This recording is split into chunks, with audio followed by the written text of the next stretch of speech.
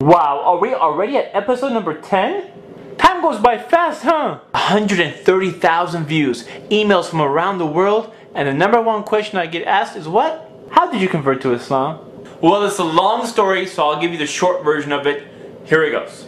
Before Islam, I used to hang around with people who were into really bad stuff. I mean, really bad stuff. When I come to think of it, I didn't have the best choice of friends. Man, these guys were a bunch of characters. Here are some of the characters I remember. The con artist. Hey, Ali, how's it going, baby? How's it going? I want to ask you a quick question. That book you have in your hand, how much did you buy that for? $25. Not bad, not bad. I can sell it for 30. Yes, 30. And I'll give you 15. Huh? We got a deal? Come on. Okay, I'll give you 20. The crazy guy.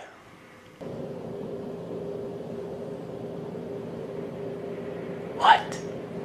The trash talker.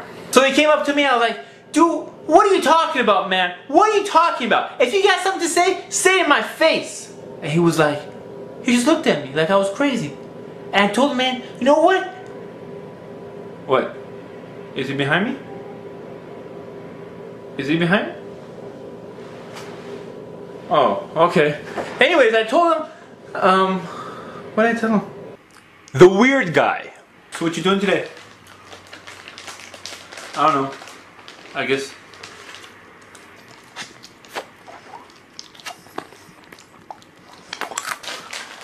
I'm sorry, did you want some? You sure? Okay. The thief. What's going on, man? Everything cool? You cool? Alright. Once I get those credit card numbers, I'll be in business. Bam! I'll be in business, you know what I'm saying? Woohoo!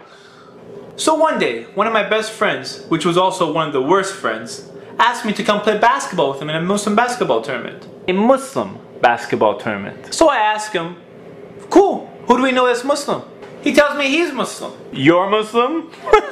Mr. Illegal? Mr. I just got arrested? Mr. Let me teach you how to cheat in school? Mr. Hey, look at that girl over there?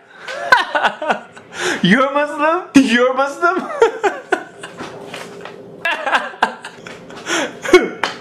What? You serious? Okay. I'm sorry, man. I'm sorry. I'm just sorry. Okay. It's out of me. Muslim. You're not Muslim. Who are you kidding, man?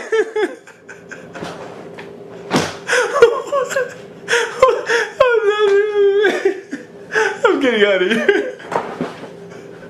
I couldn't believe it. So on the day of the tournament, I go to his house and all the teammates are meeting up there. But they're wearing hats that say the word Allah on it and the word Islam on it.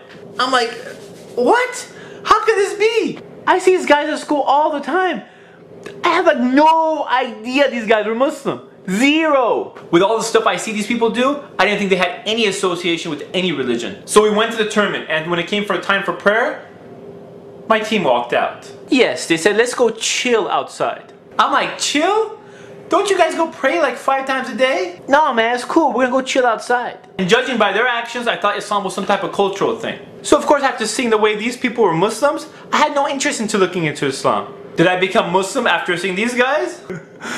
No. As time went on, I noticed more and more of my friends were getting me into trouble. I guess this is what happens when you have bad friends around you. Sometimes you don't even look for trouble, but trouble seems to find you. One guy got arrested, the other one's in trial, and bam, I get shot at.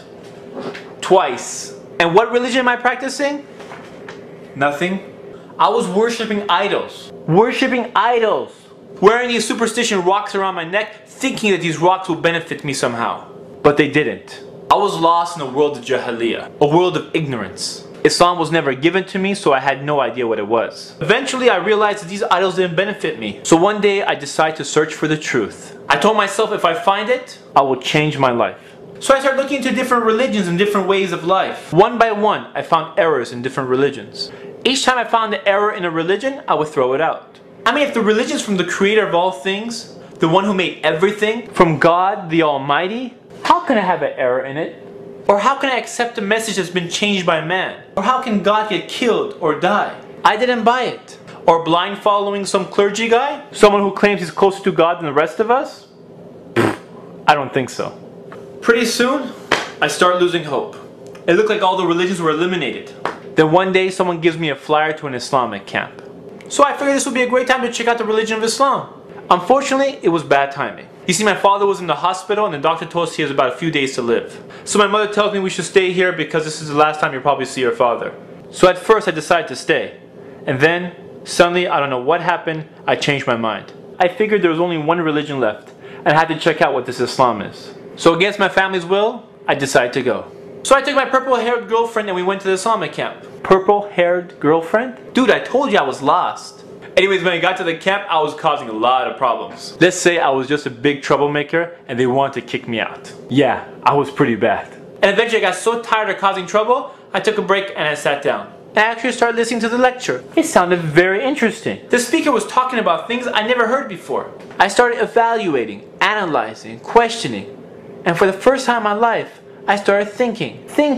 It was amazing. It all made sense. I told myself if I ever find the truth, I will go after it. In less than 24 hours, I became Muslim.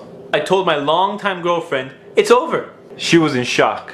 When I came home, I told my parents, I became Muslim. They were in shock. And when I told my friends I'm Muslim, I think they probably thought I went crazy. Crazy! I think the reason that the camp made such a difference is it isolated me from all the distractions you get in this life. You see, in our normal life, we're distracted with so many different things. But if you take all these distractions away and you get a chance to actually think, and Islam is presented to you, it makes perfect sense.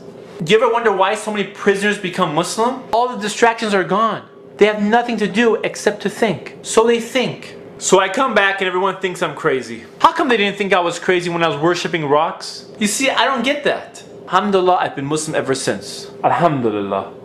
Now look at the difference between the two types of Muslims I met. The ones I went to high school with were nothing but a bunch of characters. The ones I met at the camp were practicing Muslims. You see, both types of Muslims had an effect on me, but only one had a positive effect. The other had a negative effect. You see, when Islam was presented correctly to me, I became Muslim the next day.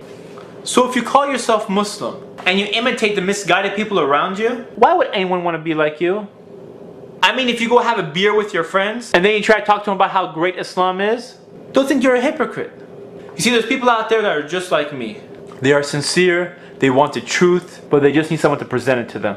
SubhanAllah, Allah subhanahu wa ta'ala gave you Islam. It's the greatest gift you can get in your life. And if you throw that away so you can imitate the misguided people, how does that make sense? I mentioned two types of Muslims. It's up to you to decide which one you want to be. Yeah, one path is going to be tougher than the other, but the end result is worth it. As you know, there's no compulsion in Islam. So the way we carry ourselves is the way we carry Islam to the people. SubhanAllah, those who had Islam and decided to be bad examples around me and never gave me Islam, what are they going to say to Allah subhanahu wa ta'ala on the day of judgment? Instead of giving me Islam, they gave me nothing.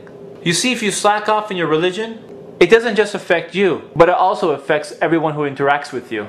Do you know what I'm saying? No, seriously, do you know what I'm saying? I hope you do, inshallah.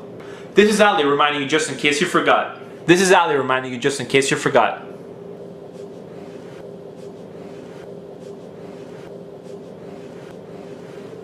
What? That's it. That's the last episode. 10 episodes, we finished them, alhamdulillah, and season 1 is finished. I hope to come back for season number 2, inshallah.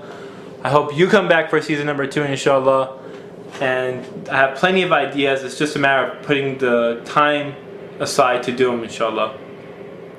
Please go to ummahfilms.com. Go to the very top of the blog. There's a field that says enter your email. Type in your email, press enter, add yourself to our list, inshallah, so every time a post comes out you'll be notified. When the second season comes out, inshallah you'll also be notified, and that way right when it comes out you're back, inshallah. I hope you enjoyed it as much as I enjoyed it. I hope you benefited from it and not just were entertained by it. Jazakallah khair for watching, for letting others know, for your emails, and for all your comments. Assalamu alaikum. This is Ali reminding you just in case you forgot.